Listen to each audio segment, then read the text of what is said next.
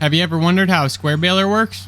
Yeah, me too. Just kidding. Here's a brief explanation. This here is your pickup head. It's responsible for picking the hay up off the ground with little teeth, kind of like on a rake. After it's up off the ground, the forks, or an auger if you're a John Deere guy, push the hay into the bale chamber. Once it's in the chamber, the plunger then compresses all the loose hay against previous material, forming a bale. Once the bale reaches a preset length, it then triggers the knotters. Once it's triggered, a knot is then tied using bill hooks and needles. It then cuts the twine, releasing a finished bale. The completed bale is then pushed out the back by the next bale that's being formed. Once it reaches the kicker, out pops a bale, and the whole process repeats.